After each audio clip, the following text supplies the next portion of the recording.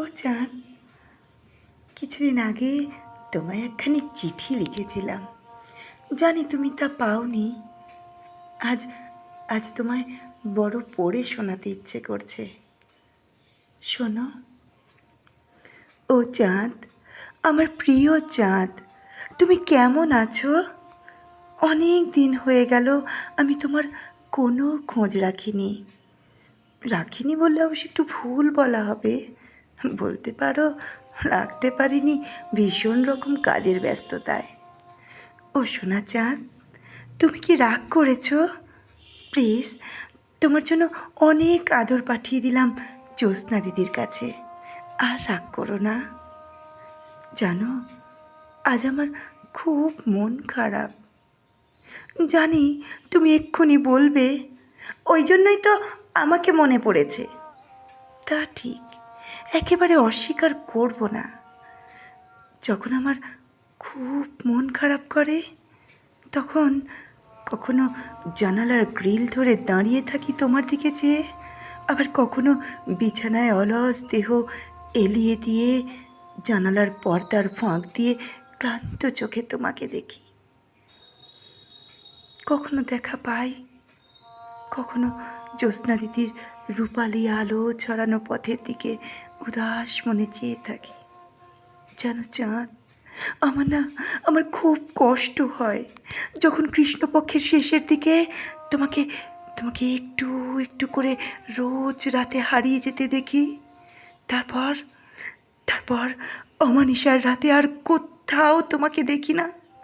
তখন তখন আমার বুকের পাঁজরগুলোতে অসম্ভব রকম যন্ত্রণা অনুভব করি। এই কষ্ট মূলত দুটি কারণে, জানো তো। প্রথমত প্রথমত তোমার মায়াময় দীপ্ত মুখখানি না দেখতে পাওয়ার কষ্ট, আর দ্বিতীয়ত আমার মনের কথা তোমাকে না বলতে পারার কষ্ট। এ যে কি বিষম যন্ত্রণার তা কেউ বুঝবে না। এ জগৎ সংসারে কেউ তা নিরাময় করতেও পারবে না।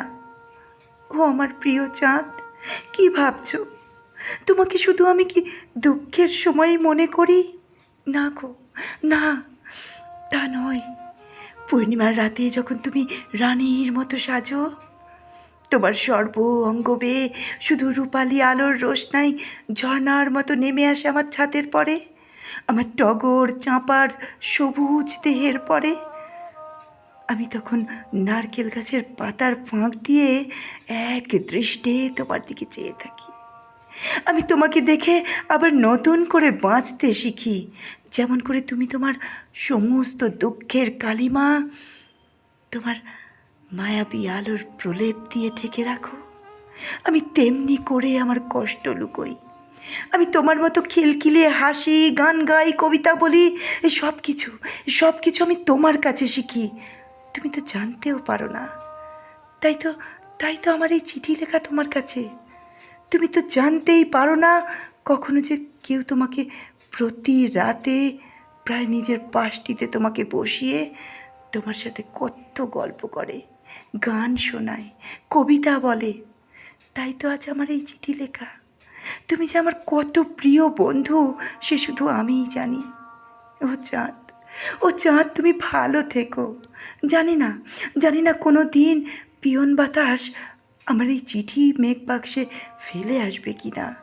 জানি না কোনো দিন জ্যোৎস্না দিদি আমার এই চিঠি তোমাকে পড়ে শোনাবে কি না। তবু লিখলাম, যদি হাতে পাও পড়ো কিন্তু। তোমার জন্য আমার বাড়ির সব চাঁপা, গন্ধরাজ, গোলাপ আর নিশিপথের সৌরভ পাঠালাম চিঠির ভাঁজে। ভালো থেকো মায়াবী চাঁদ আমার। ইতি তোমার আলো মাখা পম। জানো চাঁদ, এই চিঠি আমি কল্পলোক থেকে লিখছি। আমার ঠিকানা কল্পলোক, মেঘের ভেলা, তৃতীয় প্রহর, কৃষ্ণা দ্বিতীয়াতে আমি লিখছি তোমার কাছে এই চিঠি। বাতাসকে বলেছি চন্দ্রলোকে মেঘবাড়িতে পাঠিয়ে দিতে। আকাশপাড়ায় তোমার বাড়ি সেও জানিয়ে দিয়েছি।